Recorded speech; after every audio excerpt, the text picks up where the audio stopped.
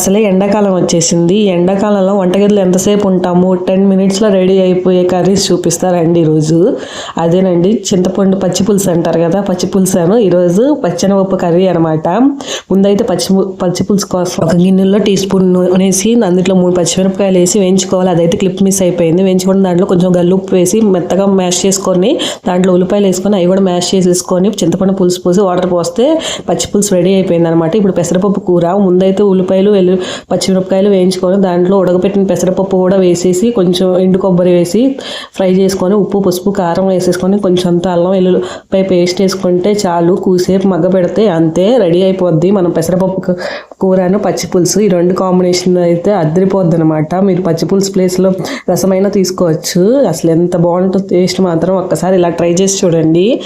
Taste మాత్రం super ఉంటుంది. ఎండాకాలంలో ఒక ముద్ద ఎక్కువ తినేస్తారు ఈ కర్రీ చేసుకుంటే. ఇంతే వీడియో.